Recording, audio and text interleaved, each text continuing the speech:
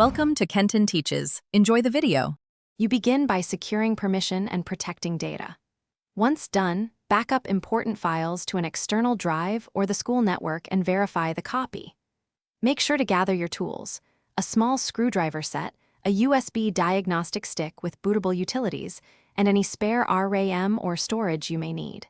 Then power down, open the case safely, and visually inspect cables and components. Don't waste time.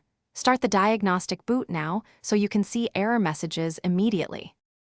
You should run a full diagnostic pass from the USB stick, including memory tests and smart health scans. Allow 10 to 20 minutes so you catch intermittent faults. Once you have results, power down and reseat RAM and storage cables or swap modules to isolate hardware failures. Next, boot into safe mode. This reduces background noise.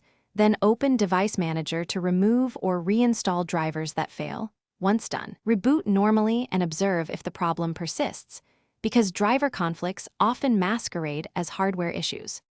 You finish by updating the operating system, firmware, and drivers so known bugs are resolved. Make sure to reboot between major updates. After updates, restore the verified backup if any system files were lost, run a full antivirus scan, and test common user tasks like printing and network access. Document every change you made, including part swaps and serial numbers, then return the device. If something still fails, one key tip: reproduce the fault while connected to diagnostic tools so you capture logs immediately for the next step. Thanks for watching. Please subscribe if this video was helpful.